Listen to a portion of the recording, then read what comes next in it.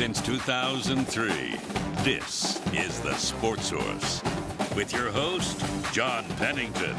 The Sports Source is presented by Junk Be Gone, Pipe Wrench, and the Garza Law Firm. The Sports Source starts now. Good Sunday morning. Welcome into the Sports Source here in the Junk Be Gone studio. Been a pretty good week on Rocky Top, for Rocky Top basketball, that is. The Tennessee basketball team, after losing 3 out of 4, now won 3 in a row. They're back in line for a number 1 seed. We'll get into all of that. Also give you our reactions to yesterday's win at Oklahoma. Lady Vols. Wow. First time since 2007. Now, granted, they didn't play UConn for a lot of those years, but still, first win over UConn since 2007. That program now on an upward projection in terms of the NCAA bracketology type stuff. We'll talk a little bit about that. We got some Vol football news. We got a fix for the faking injury thing. Maybe. We got the usual. We do this every year, the Super Bowl / Vols prop bets, where we kind of marry Super Bowl Sunday prop bets to something with UT that you might not be aware of. Much to come on today's show. Let's get right into it. First segment of this program brought to you by the Garza Law Firm. There are a lot of ads out there for attorneys, and a lot of them are for attorneys not based in Knoxville. Now, they try and make you think they're in Knoxville, and they're not. So do your homework and do it carefully. Or just be safe, be smart. Make your first call to Marcos Garza and the Garza Law Firm. Big part of the East Tennessee community for many years and a track record of success just as long. The Garza Law Firm. Learn more at garzalaw.com. We appreciate them bringing you this show every week. All right. I want to introduce the panel for today, and we still have one more waiting in the wings right over here. Paige Dower back with us. Paige, thanks for being here. Good to be back. Will West right here. Mark Pankratz, of course, former D1 basketball player, former assistant coach at Tennessee. Mark, thanks for joining us. Thanks for having me. Tyler Ivins right there. Appreciate you being here. And Tyler and Will, I will see you tomorrow. We'll be doing radio. People can hear us. Where are we? Rest of all is Kia? We are, yeah. I think we're in Honda tomorrow. Okay, Honda.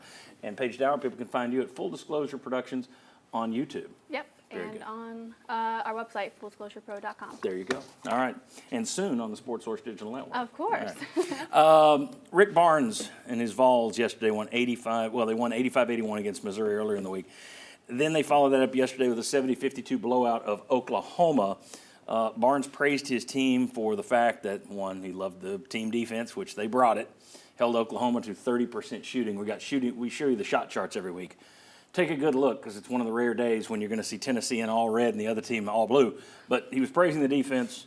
Also praised the fact they came out hot. They shot early, built a lead, and never let go.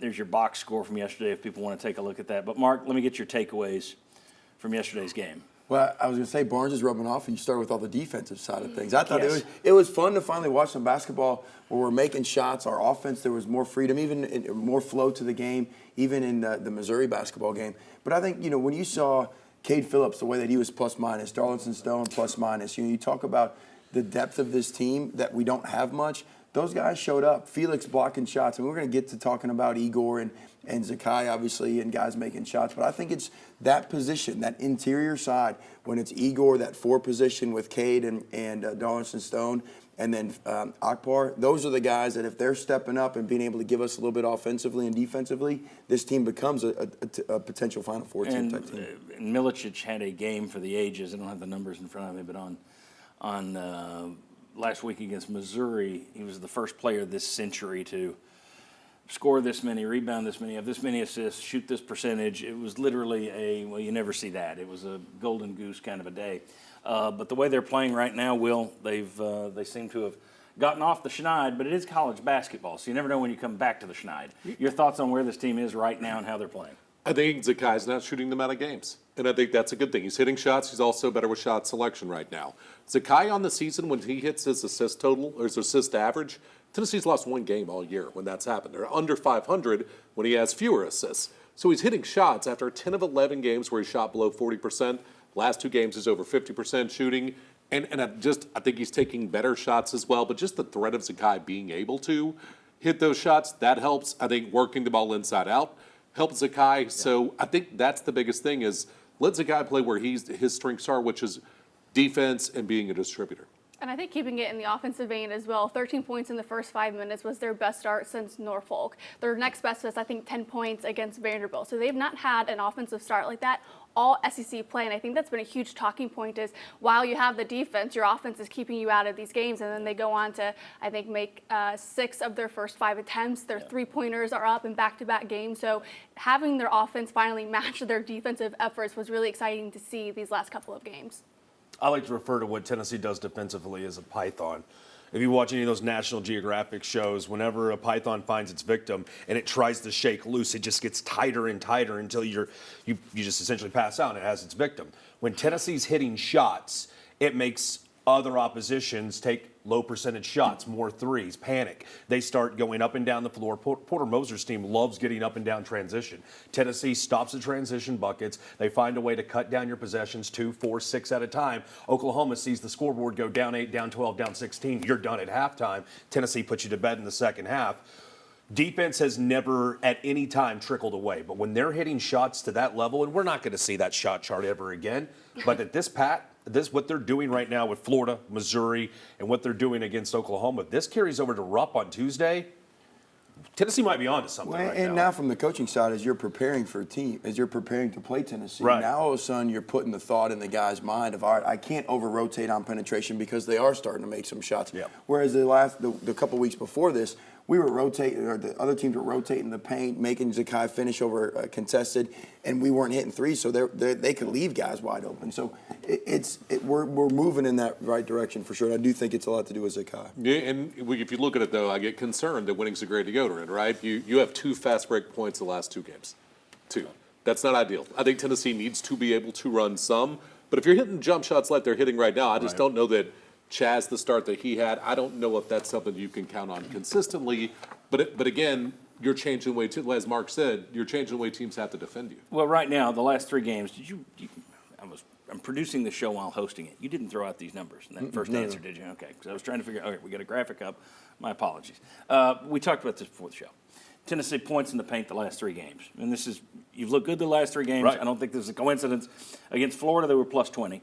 Against Missouri, they were plus 16. Against Oklahoma, they were plus 16. The last 3 games, they're plus 52 points in the paint. That's a number 1 seed in the NCAA tournament, that 3-game stretch. Yeah.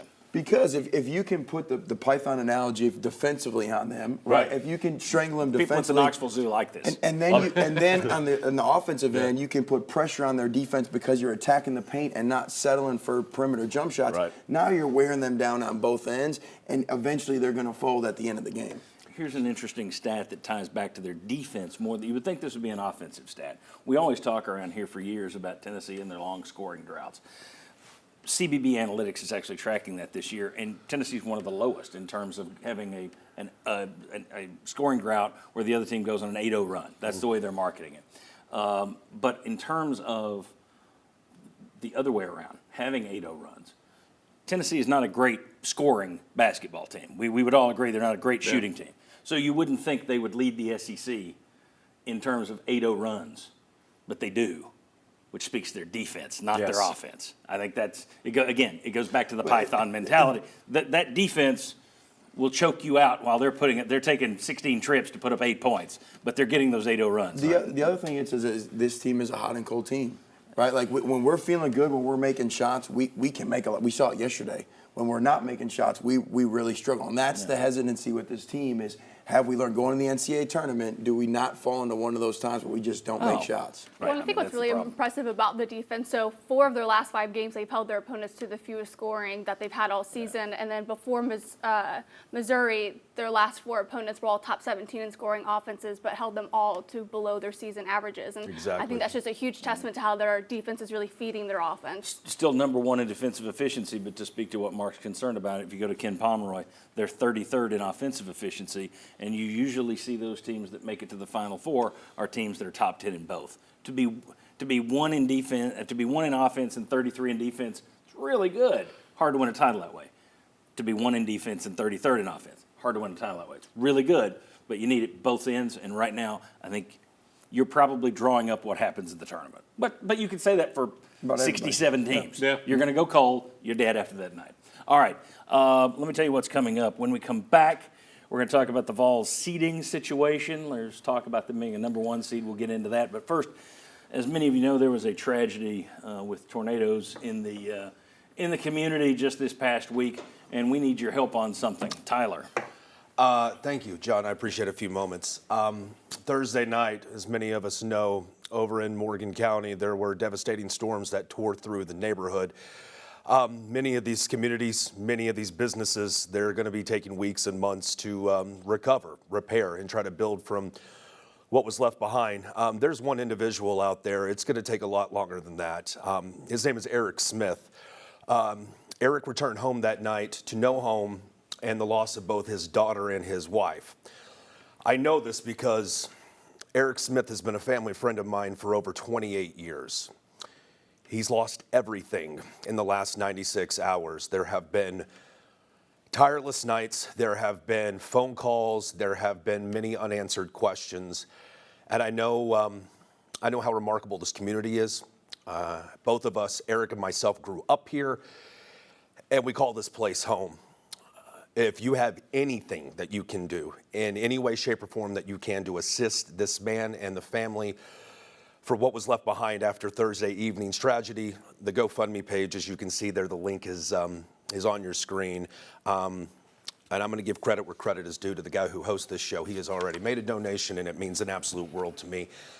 So if there's anything you can do, everything is right there in front of you, in front of the screen, and it would mean the absolute world, not only to me, but to the community there in Morgan County. You can help this family. The survivor is the husband, the father, and the stepson, and they lost the mother and the daughter there. We'll be back on the Sports Source. Welcome back into the Sports Source. This segment brought to you by A.G. Hines Company.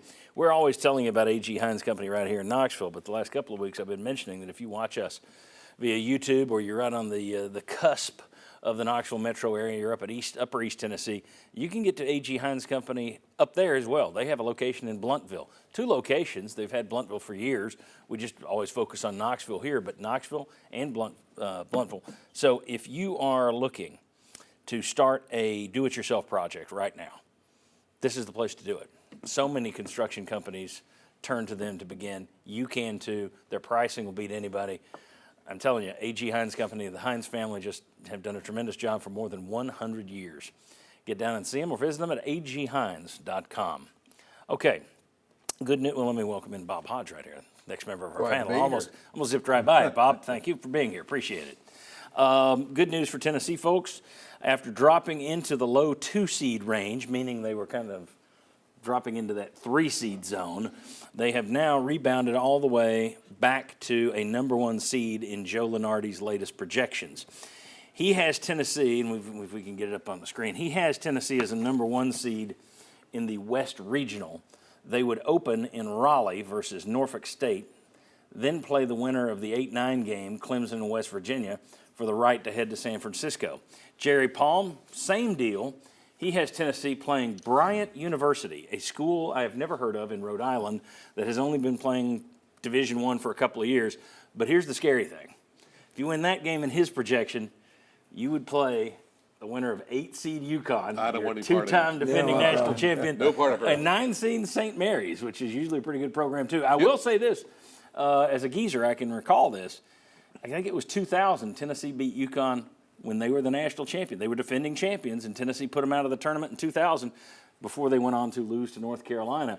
So maybe you could do a double. Another time you can knock them off as defending champions. But that's the projections as they stand right now. My question, Mark, does this look like a 1-seed quality team to you?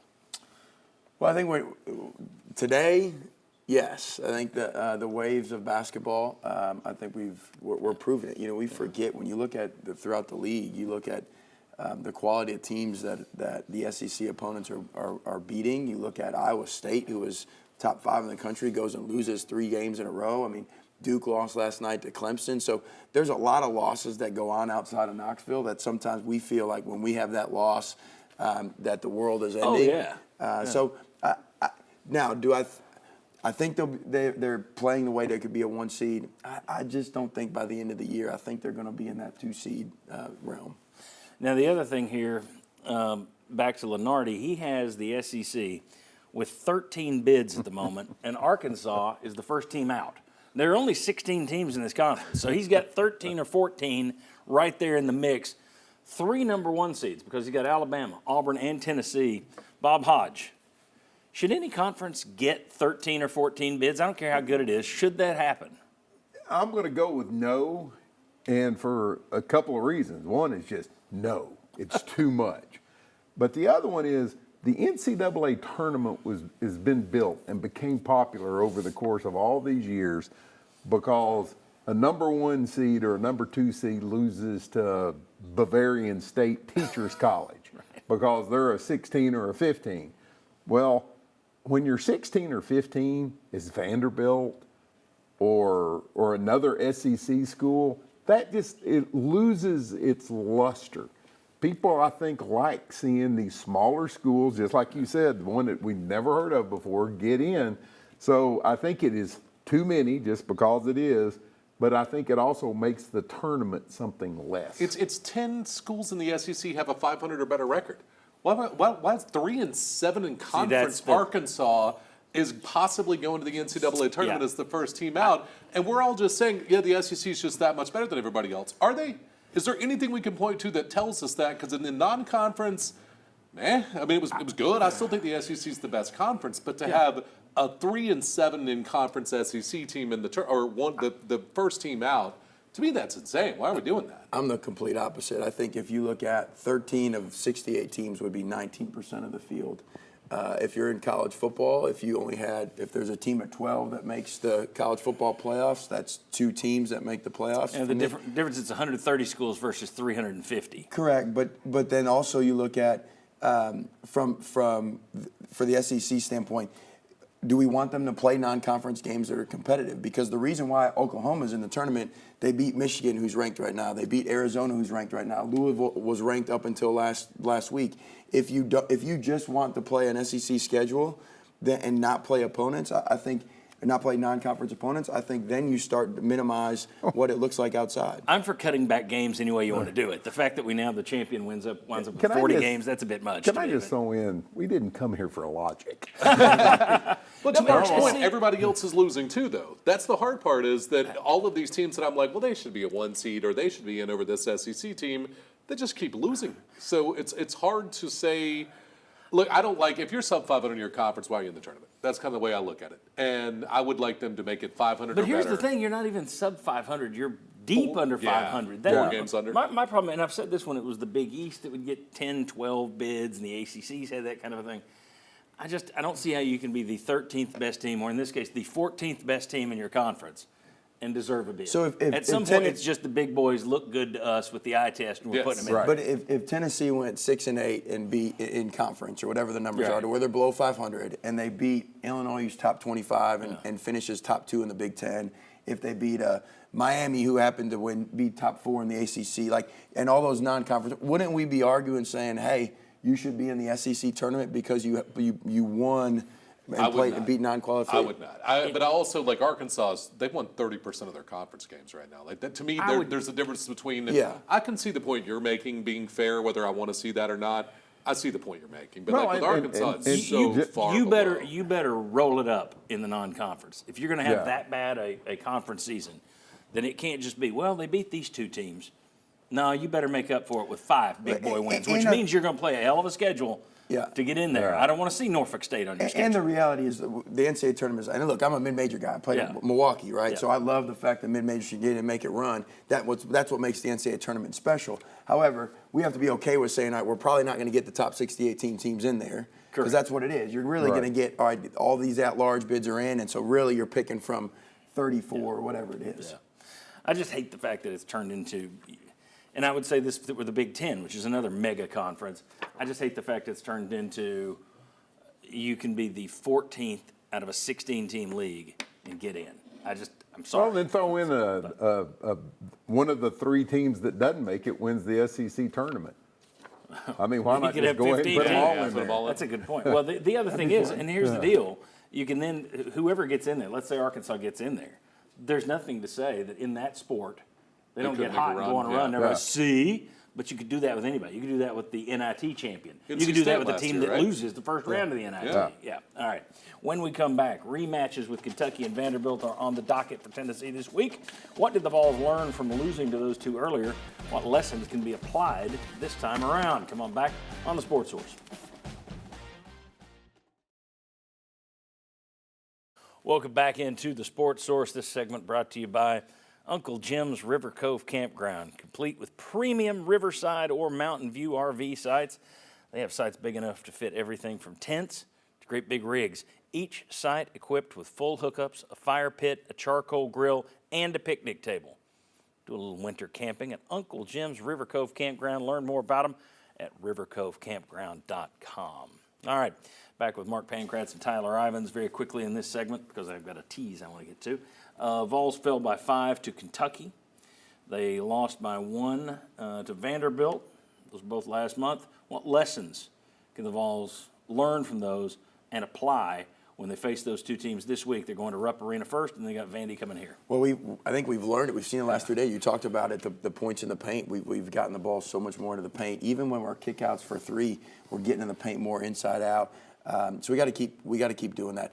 What Kentucky did was they were going to let Zakai finish, and so we've got to not fall into that trap. And Zakai taking those contested jump shots, being able to get the ball inside, and then for me, I do think we got to find ways to score in tempo.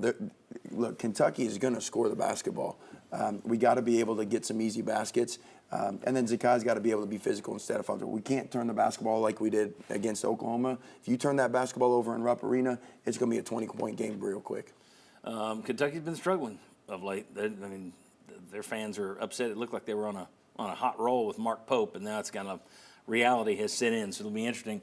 If you get up on them, can you take them out of the game a little bit? Tyler, if you had to place a wager this week, what kind of wager are you looking for? The over. The over in the Kentucky game for this reason alone. Last time Tennessee and Kentucky got together here in Knoxville, Kentucky was a little injured. Remember, two of their top 4 leading scorers were out in that game. Lamont Butler made his return last night in a big win against South Carolina. So point guard play is going to be back to the level that we know it as to be under the Mark Pope system.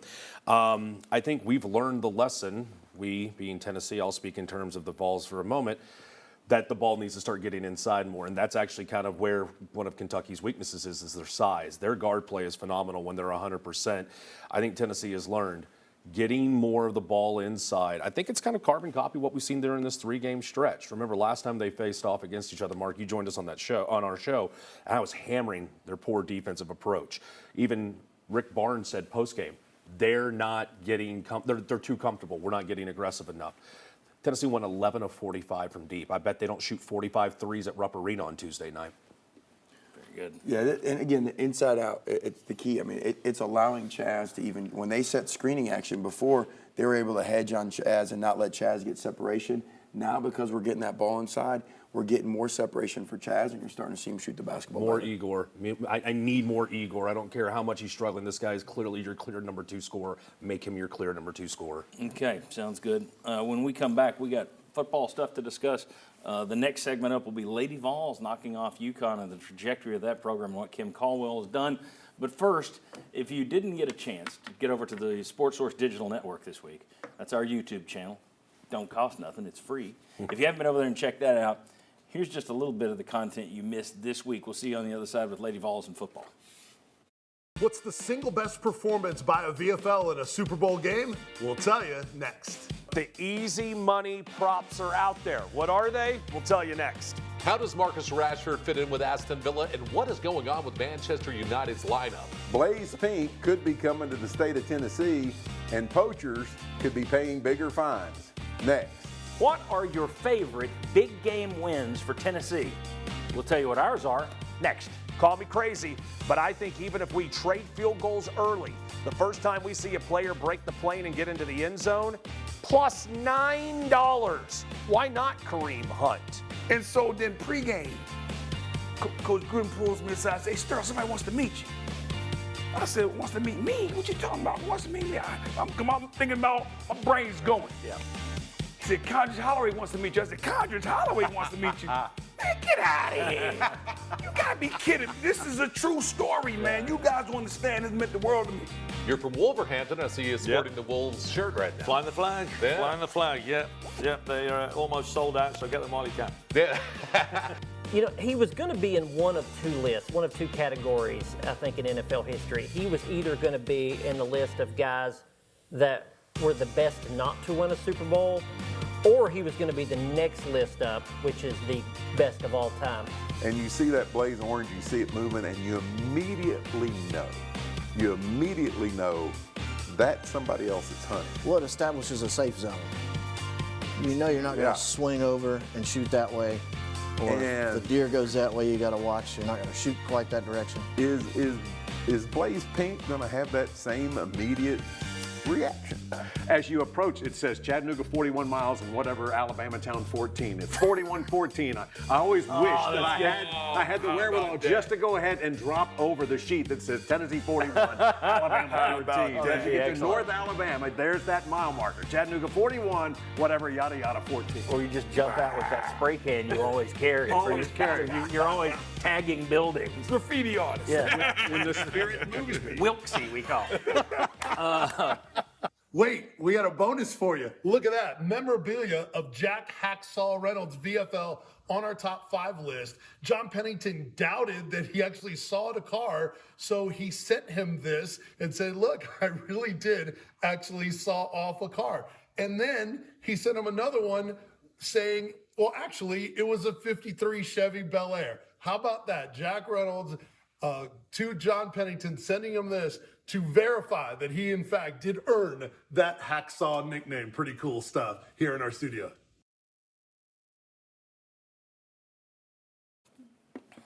Welcome back into the Sports Source. This segment brought to you by Southeast Termite and Pest Control.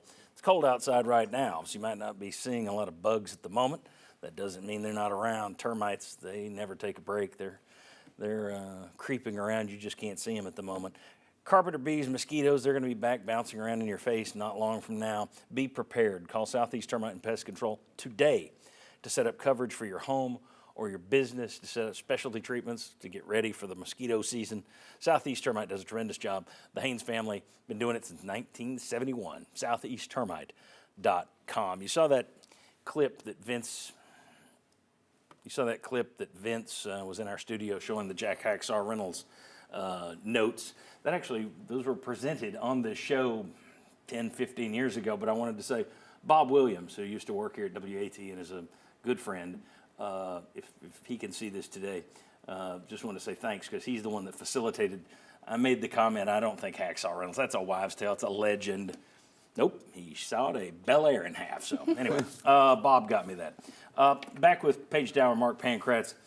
Mark on the committee for the Women's Basketball Hall of Fame. I did not know that, so qualified to discuss basketball of all sorts here.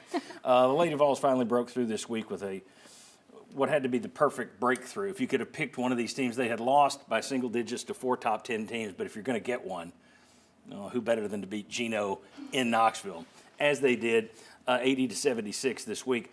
Lady Vols now 19th in the nation. They're projected as a 4 seed in the tournament, which means they'll host a regional here in Knoxville.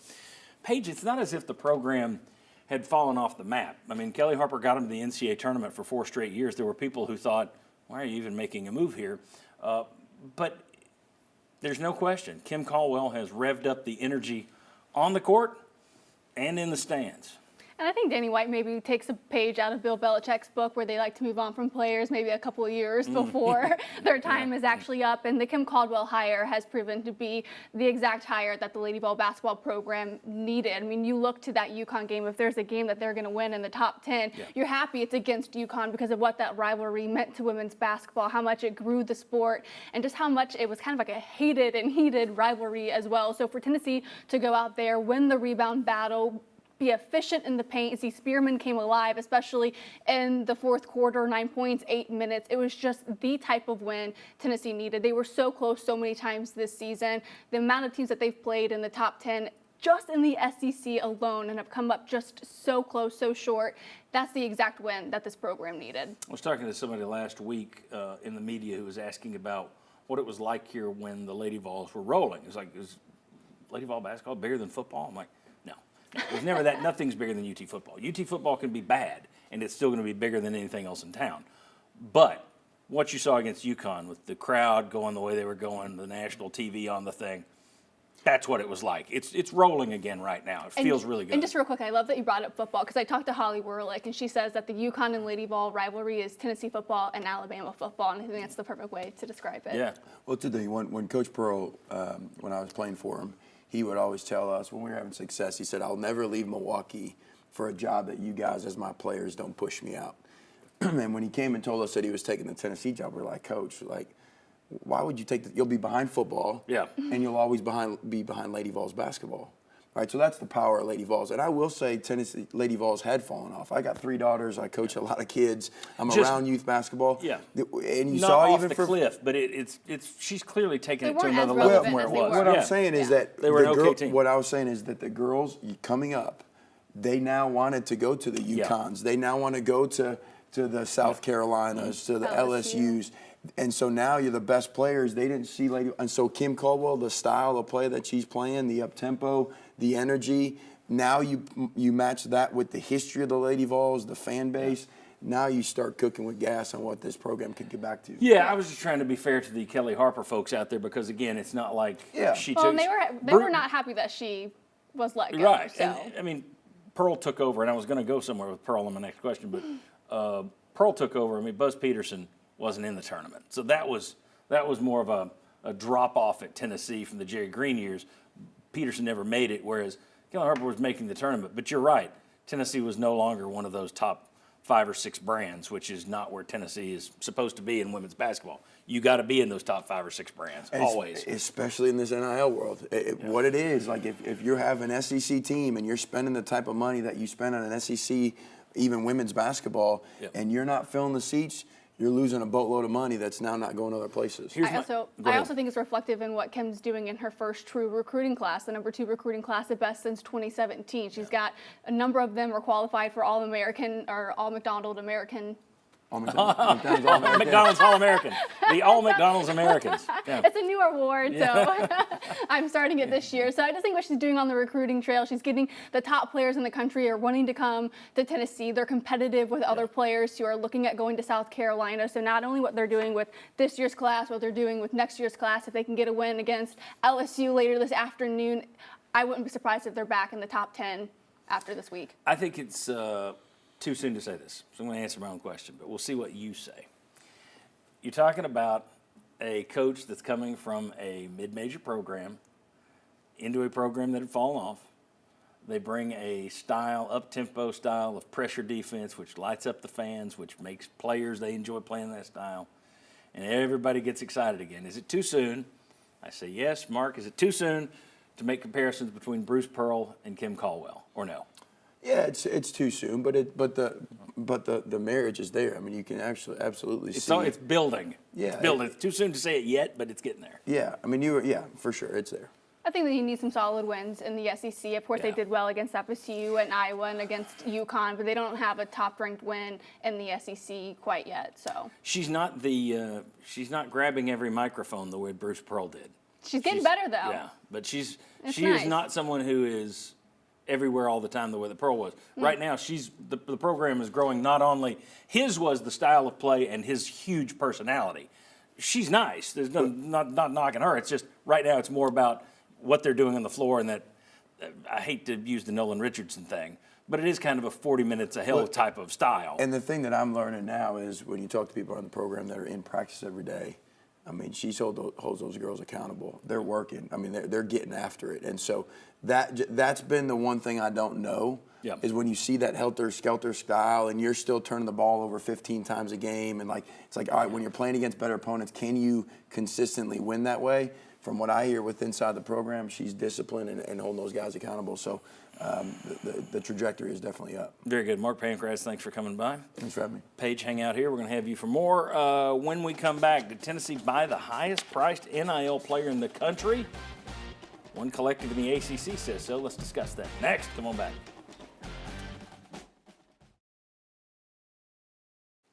Welcome back to the Sports Source. This segment brought to you by Madisonville Marine. Boy, listen to these deals.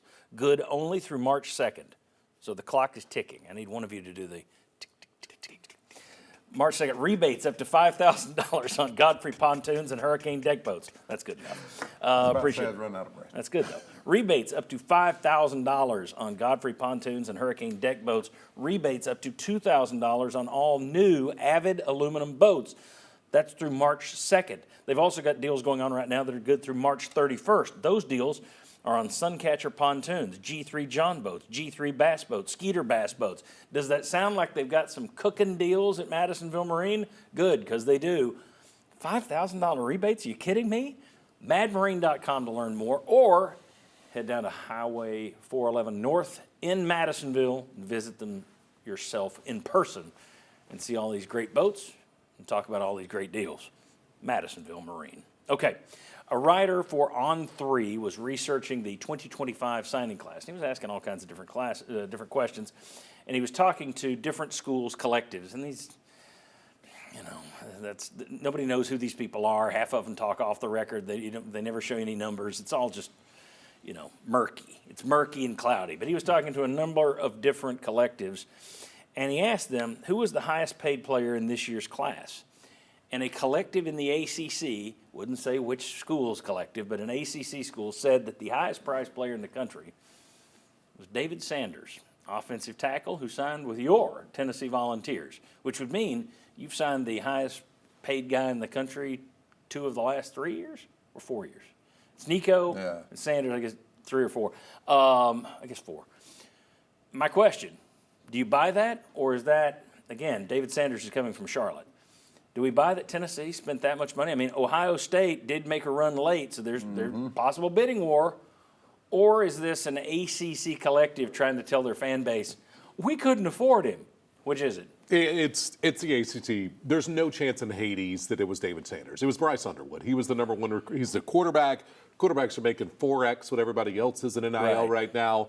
This was an ACC collective that said, we couldn't land him because they just gave so much money to this guy, and it probably was one from the state of North Carolina, if we're just being completely upfront. But it probably is North Carolina. Yeah. Yes, that's what it probably is. But this is kind of the sketchy, shady part with collectives is you get some of this kind of backbiting and things like that behind the scenes. I just think there's no chance in the world Tennessee paid more for a tackle than Michigan did for the number 1 recruit in the nation. That's it. Ohio State did get involved. It did go down longer than people wanted it to. It was supposed to be done on this day, and it had people freaking out. So they probably did spend a lot, not most in this class, but a lot, which puts a lot of pressure on David Sanders to come right in and start at right tackle. You've spent big money NIL last year on left tackle Lance Hurd. David Sanders needs to be better than Lance Hurd's first year. Yeah. And it was actually Lance Hurd's second year. On a team that doesn't like to play freshmen. Yeah. I'll disagree with Will slightly that there's no chance in Hades. Okay, there's a chance in Hades. and here's where the chance in Hades comes from, because we've talked before on the show that teams like Ohio State get a little bit of a discount. Right. Because they put more players in the NFL. So he had been connected to Tennessee. Everybody thought he was coming to Tennessee, and then on signing day, there's a delay and there's a little bit of panic. So could Tennessee been like a poker player that doesn't play all that well? Just, okay, I got to bet more on this then. So there is a chance in Hades, but I am going to agree with you. Probably not a tackle, an offensive lineman being the highest paid player. But I would say that if the numbers were known, people would go, holy mackerel, we paid that guy a lot of money. Yeah, and the same piece, there were 2 SEC and a Big Ten collective that said no, it was Bryce Underwood. Right. That they're just. Yeah. And I'm going to agree. Yeah. I mean, you're going to pay more for a quarterback. But let's just talk about the fact that he's getting a ton of money. We agree on that. It's probably, I mean, Lance Hurd was rumored to have gotten 7 figures. Probably the same thing here if Ohio State was getting involved. That's just total guess. But remember when people used to talk about it'd be like $20,000, $30,000? Oh, yeah. Kirby Smart saying, I'm not going to be here for a player making $100,000 a year. Yeah. But it's also possible that UT, you could say they were a bad poker player that kind of freaked out and went all in. You could also say they knew they had a need there. Yeah. They knew we're going to have to bring in some guards in the portal, which they did. We have a desperate need at right tackle. Put the money down because in this instance it's worth it. And maybe it is. you're right. I wouldn't think of throwing that kind of money at that position, right tackle as opposed to left tackle. But at the same time, I've always said these teams that, well, my Patriots, if you want a good receiver, then you have to pay the suck tax. You suck, so you got to overpay. If you're going against Ohio State, you're probably going to have to overpay. If you're going against Georgia, you're probably going to have to overpay. And you can look at it and say, would you pay $500 for a steak? No. What if the situation is you're stranded on a desert island, you haven't eaten in 2 weeks? Here's the $500. Yeah, absolutely. The situation might have made it to where Tennessee did look at it and say, hey, we can't pass on this. Just pay whatever it takes. But I do think he comes in with more pressure than a typical offensive lineman comes in. There's pressures on quarterbacks, running backs, and receivers, but now you've put that pressure on an offensive lineman. And once again, when was the last time a freshman offensive lineman came in and really played well? I mean, Cooper Mays did. He came in, played pretty well. But if you're looking for a standout, Trey Smith was pretty good. Yeah, I would say Caden Proctor's the last one that we've seen that was played well. He probably was better his freshman year than the next year. At Tennessee. Yeah, it hasn't happened. But don't you have to play him after what you saw with Mike Matthews and Boo I think Carter? you almost have to. You I have agree to with play that him too. and take your lumps, especially if you're going to put that kind of money into NIL. We'll get into this a little bit later, but one of the things Heupel did clearly in signing a full 25-man class and then letting so many guys go in the portal, you only bring in 4 in the portal, this will be a young team. If you're going to have a young team, you have to play your young players. Yep. You can't just sit there and redshirt them all. All right. When we come back, The Athletic has graded all the SEC football rosters. Is Tennessee rising or falling? We're going to continue this conversation, this one, in that next segment. Hold on.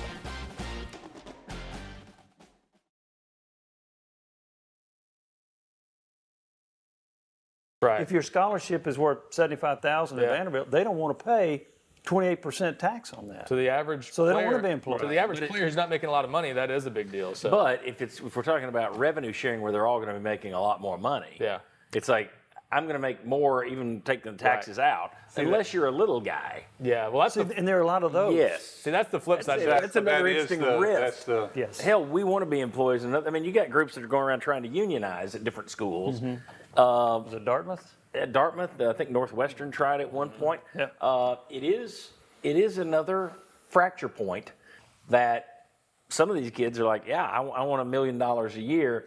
Tax me all you want. And somebody who's not getting that would be like, I don't want to be taxed on my $75,000 scholarship. Well, that's like that's talking about fascinating. the lottery. The $1 million turns into what? Turns into $650,000. Yeah. Folks, be sure to visit at SportSource Digital Network on YouTube. Today, you'll find Super Bowl picks. You'll find Super Bowl prop bets. You'll find the best Super Bowl performances by former Vols. You'll also see those other shows down there. We got like 16 shows already up, more than 8.5 hours of content. There's another one coming up tomorrow that you just saw a tease for where we take your questions, took 8 of your questions that you've sent me, and we had Jimmy Himes, Chuck Cavaliers, Ryan Callahan, and myself answer them for you. It took about an hour.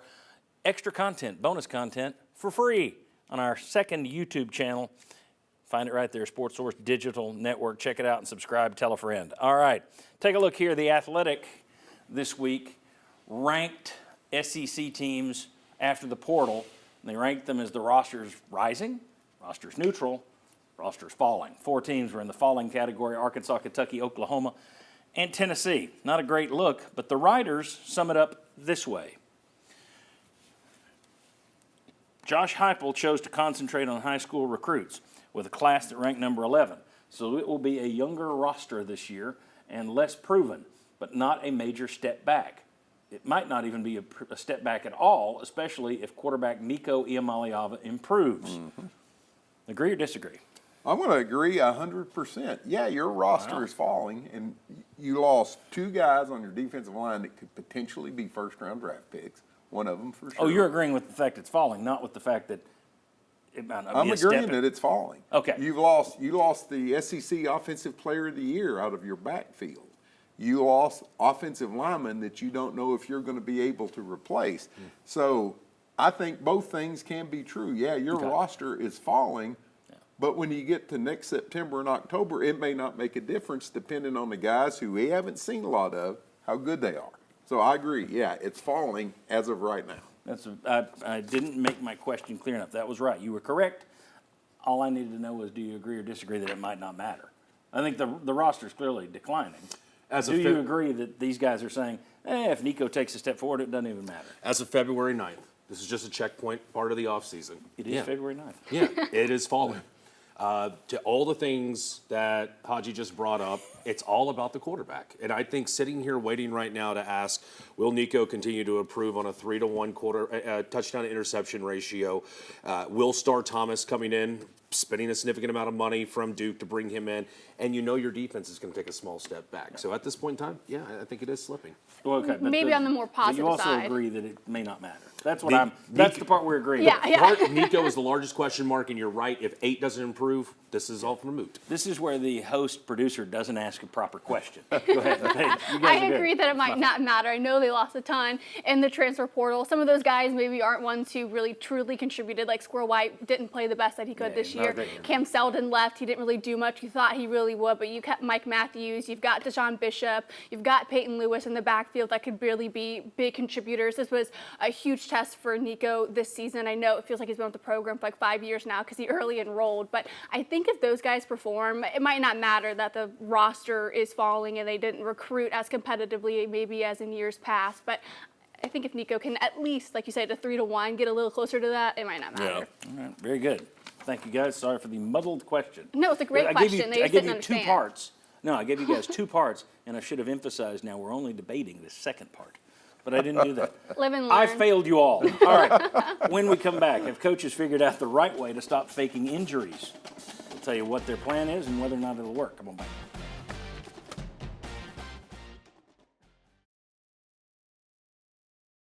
Welcome back into the Sports Source. This segment brought to you by Safety Systems, East Tennessee's #1 source for security needs.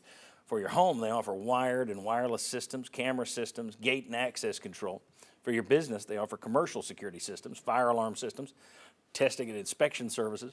Call VFL JJ Surlis and the Safety Systems team this week.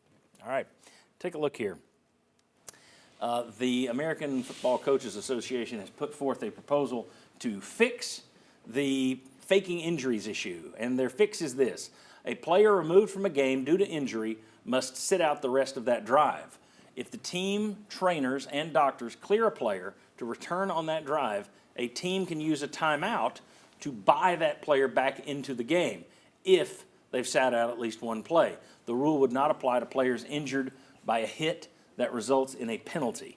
Also, people with the green dot, quarterback, and then probably your middle linebacker, would not be held accountable to that. They would be able to go out, which makes me wonder if they'd be able to fake all the injuries. The middle linebacker is going to be faking a lot of injuries. Is that the right fix? I'll just throw it out there. Whoever wants to go. Yes, absolutely. I've said that for half a decade. That if you want to fix this, make them have to sit out the full drive. I would like to see a 15-yard penalty on it as well if you feel like that they were faking it, and it's obvious they were faking it. But this is good enough. I think if you say you have to sit out the entire drive, I wouldn't care if you said you have to sit out 2 drives. That would, if people keep doing it from here, but I think this will fix it for the most part. And you might think it's overkill, but it's only overkill because it's been abused for so long, and all of the precautions and cautionary tales that they put out there to try and curb these fake injuries have done nothing. So it's forced their hand to make something very aggressive in hopes that it limits it. I even think when Greg Sankey came out and said, "We'll fine you," I think that made the game really safe right after that, because I think fake injuries really tanked after that. And I just think to ensure that it continues, you have to do it. These programs have money. Like when NFL players get fined, who cares? You make millions of dollars. But if it costs you play time, that's when you'll see change. Well, I will only disagree with this. I've said this in the beginning. If you're going to give a fine, give a serious fine. It's $1 million to the coach. They'll stop it. Coach can go 50,000. Yeah, the key is to put a large enough gun on the table that everyone's afraid that you'll pull. You know what I mean? That it's terrifying enough they won't do it. It's $1 million fine. Bud Selig could have done that with the steroid abusers in baseball. You could do that with everything. Back to the football standpoint, I think it starts when Greg Sankey, to your point, came out with this whole, this is how we're going to address it. This is how we're going to penalize. Even Josh Heupel himself, Omar Norman Lott, everybody knows what game I'm talking about. There have been certain instances where you go, oh, that's going to be the penalty. Oh, that's going to end up being the first one handed out. We didn't see a single sanction or a single penalty handed out. So he threatened it, but it never came to fruition. Well, you also didn't see it on the 29 times a guy Oh man, those extra points are so dangerous. Yeah. The 29 times the Tennessee offensive lineman. Yeah. Why'd you have to identify Jackson Lampley or Ollie Lane like that? Come on, get out of here. Parker Ball. Parker Ball, there's that. Yeah. What were you gonna say? Well, what I think it did is it limited it a little bit. You can't completely stop these fake injuries, otherwise you're admitting that they were fake injuries. But what I think it did is it curbed it a little bit. You still have to throw a couple in there here and there to be like, hey, it actually really does happen. These non-contact injuries are a thing. But I think if you sit out of play, you don't see them in the normal drives. Maybe after PATs, I don't know. Yeah, after PATs, those are just dangerous plays. Those are dangerous They ought to outlaw plays. those just like the kickoffs. Is this the right fix, Bob? I think that's probably about the best fix you're going to come up with. Is you bring the player out of the game, because I just don't know any other way to be able to do that. And so making that player come out of the game. Now, what you're going to have on defenses is you're going to have one tackle position and you've got 7 guys. And so you can just shuffle through them. It's like having a magazine full of bullets. You shoot 1, 2, 3, 4. But I think this is, if this isn't the solution, it is going down the right track to a solution. Best part of this that I like, now if you're out of timeouts, you're screwed, but I like the fact that you can use a timeout. Hey, this guy was legitimately hurt, and we don't want to blow our timeout, but this is a drive for the SEC championship. We got to have Al Wilson back on the field. Right. I'm calling timeout to put him out there. I like the fact that you do have some recourse if your guy was legitimately hurt and left the field, but he's ready now. Okay, we can buy you back into the timeout. Yep, I think have that, no problem with that that at least either. gives you a little bit of help in case because if somebody really gets hurt, you sprain your ankle and you come off, and then it starts to feel good, but you have to sit out. I mean, come on. Or a cramp, something like that. Someone has a Yes. cramp and it's over. That 2 plays later. I mean, it does stink that guy's not back on the field, but there's been abuse to the system, and the correction often is an overcorrection. It'll be interesting to see if this passes, and it hasn't yet. But if this passes, how many times we're sitting there saying, he was really hurt. Yeah. So, all right. When we come back, our annual mashup of Super Bowl prop bets paired with Vol prop bets. These are always fun. Some stats and it's a little way for me to break out some stuff that you might not know about Tennessee. Although I might have just given that away earlier in the game. We'll do it again. Come on back.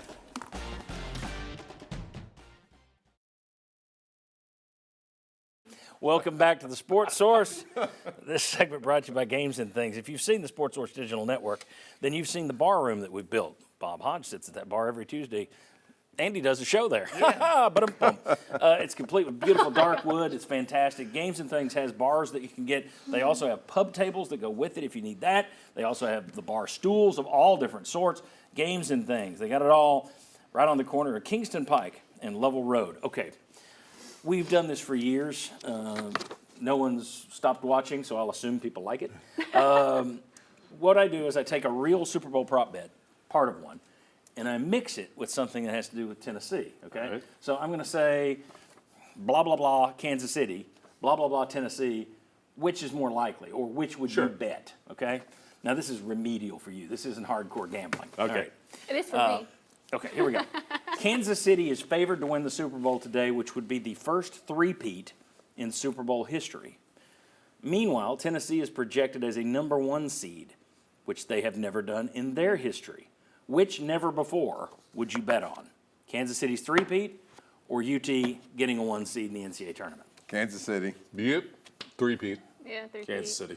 Okay, that was an easy one just to wade in because I knew what everybody was going to say. All right, that's one game versus you got to finish hot. Yeah. All right, here's another one. More likely, Jalen Hurts scores an octopus. Does anybody know what an octopus is? That means you score a touchdown, 6, and then you get the 2-point conversion. You score that. So one person scores 8 straight points. All right, so Push. more likely, Jalen Hurts scores an octopus, or Felix Okpara, not an octopus, but Okpara, will score 8 or more at Kentucky, and he's averaging just under 8 for the year. Easy. Okpara 8 at Kentucky, or Jalen Hurts with the octopus in the Super Bowl. And let me just throw this in there. The last time the Eagles played the Chiefs in the Super Bowl, he got an octopus. I'll take Okpara, though. I He's think taking Tennessee's Okpara, working not the the ball octopus. inside out, and they're going to have to work the ball inside to be able to run the offense as they have the last couple of games. Also, it's very difficult to go touchdown, 2-point conversion back-to-back, especially as a quarterback. Yes. Yeah, if they can get the lob back, which Kentucky took away the last time they met. I'm go Akpara. You're going Akpara. We got 2 Akparas. 3 Akparas. I'm going octopus. And an octopus. Yeah. Keep it interesting. I'm going octopus. Now, anybody who just turned in is like, what the hell are they doing? 3 Akparas and an octopus. Yeah. Come here. I ordered that in Shanghai one night. Next up with the Python from segment 1. Yeah, We're just 3. All right. So 3 Akparas and 1 octopus. Yeah. Next one. Which one are you betting on? We need to slow this down. We're moving way too fast. One team in today's Super Bowl records 3 scores in a row, or Tennessee goes on an 8-0 run versus Kentucky this week. And let me give you this. I brought it out earlier this year, earlier in the show. Tennessee leads the SEC in 8-0 runs. All right? Yeah. But Kansas City, 3 scores in a row, they did that in their last Super Bowl. Yeah, I'm going Against the to Eagles. take Tennessee on that one. I think it's far more likely. This is not Kansas City does not have the same level of firepower offensively they've had in years past. It seems like Philly's defense is fantastic. Also, Philly's going to be able to run the ball, so which is going to keep them if Philly scores 3 straight? I didn't say Kansas City. It's either team. I don't know if that's going to happen either. That'll take divine I'm intervention. going to go with. I'm going to go with give me Tennessee on an 8-0 run against Kentucky. That's a possibility. I'll go Kentucky 3 goes scores cold in a row. sometimes. Okay. I'm going to go 3 scores in a row because I think Tennessee's going to struggle at Kentucky more than a lot of other people seem to. I don't think they're going to go up there and have a cakewalk. I don't think they're going to play as well as they have these past 3 games. So give me the Super Bowl, and somebody will score 3 in a row. Okay. Can that be 3 field goals in a row? Yeah, Sure. It's just points. 3 in a row. Could be 2 That makes it safeties. interesting. Could be 2 safeties in the field. In the Yeah. CFL, it could be a rouge. And 2 safeties. Any combination, okay. It's the 8-0 run. Yeah. Up at Rupp on Tuesday. What are you doing? I'll keep it exciting. I'll do the 3 straight scores. In the Super Just Bowl. like you can have 13 points, right? A touchdown, 2 field goals, something like that. Especially at the end of a half, if you get a score there. You're discounting a safety entirely. I mean, for the most part, yeah. Which would you bet on? One team will come back from at least 10 points down in the Super Bowl, or the winning team in Tennessee, Kentucky will come back from at least 10 points down? Super Bowl. I would say Super Bowl is the most likely to happen. But part of it's Tennessee is not strong enough offensively to come back down 10, and Tennessee's too good defensively for someone else to come back down 10 normally. So unless they just start missing shots, I'll say the Super Bowl. Super Bowl winner will come back 10. Okay, Super Bowl winner will come back from 10 down. Super Bowl winner will come back from 10 down. I'm going to go with the basketball one. I think Tennessee having like the top defense in the country, holding teams to lower than their scoring averages, I think gives them the best chance. Okay. And here's the thing. You're trying to muck up the waters. I know what you're doing. I know what you're doing. I don't want to follow Kansas the City has been down exactly 10 points in their last 3 Super Bowls. Wow. And come back each time. Remember, last time they played the Eagles, Mahomes went out with that knee injury. No chance they come back. Classic injury. Last one. I love this one. You got to do this one. Which would you bet on? Travis Kelce proposes to Taylor Swift after the game. I'm so happy about that one. Or at halftime in the middle of his workday. Yeah, Travis Kelce proposes to Taylor Swift after the game. Or Cade Phillips hits a 3-pointer before the season is over. He's 0 for 1 on the season.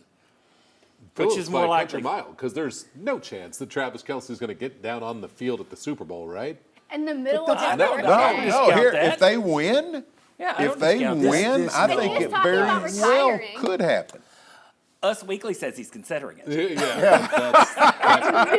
would take Caden Phillips. I'm going to go the other way. I mean, I think if they win, it very well could happen. Yeah. And I think that you've got the NFL and Fox really pushing it to happen. So they're talking It to Travis. would be a great Don't PR you stunt. No, here's the thing. At the end of the game, Full just relationship think is of all one. the Swifties that hang around to watch Oh, I it. know that, but I don't know how they could push him to do it. Sure they could. They could go in there and just say, Travis, hey, do it. go ahead. You know you like her. You know what people do? They leak You going out. Cade Phillips or Travis Don't Kelce? be surprised if We're not He's getting tried a, 1-3 all year. That's great. Shoot up one So did more Felix sometime in this Akpara, he made game. it. I'm going Travis Kelce. Well, I know. I almost went with Akpara, but we already had the I Akpara and the know, I Octopus. know. But anyway, are you going Phillips or Kelce? But if it's after the game, I don't think Of he'll do course. it during I the said game. after the game. I There's think no- he said at halftime. there's That's no- what I've been guys. seeing. Well, I've been seeing halftime. No, Boise No, State. it's after the game. That was a Boise State moment. That was If great. he sees you like at 15 halftime, that's a years hell of a ago. breach of. Yeah. We're not getting another I'll say Boise State Travis Fiesta Kelce. Bowl thing. He'll say Travis Proposes, Kelce. yeah. That You would know. be so contrived, right? The Boise And no one's State listening. thing What did you was. say? That was an immediate. Well, I mean, let's think about it. Taylor Swift we're not having the Boise State moment after the Statue of Liberty, Oklahoma play. The whole thing is seemingly contrived. You don't believe in true love. No. This close to Valentine's Day, too, Haji. Yeah. Next, we'll get into whether or not Trey Smith will get another ring today. VFL Trey Smith. Will he get another ring? I hope not, because I'm sick of Taylor Swift. Come on back on the Sports Source.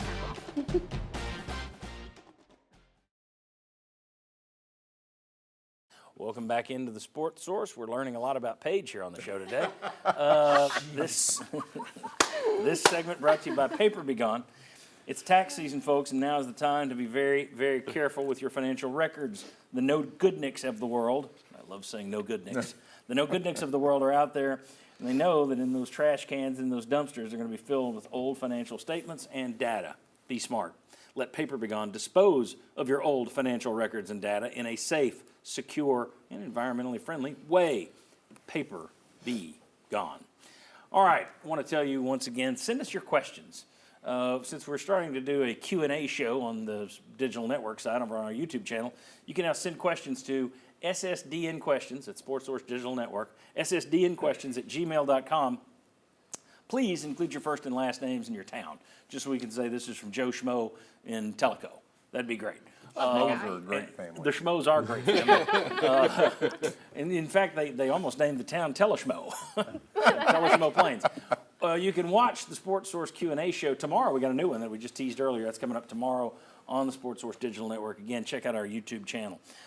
Very quickly here, folks, VFL Trey Smith hadn't been in the league long. He's already going for his third Super Bowl ring. Does he get it?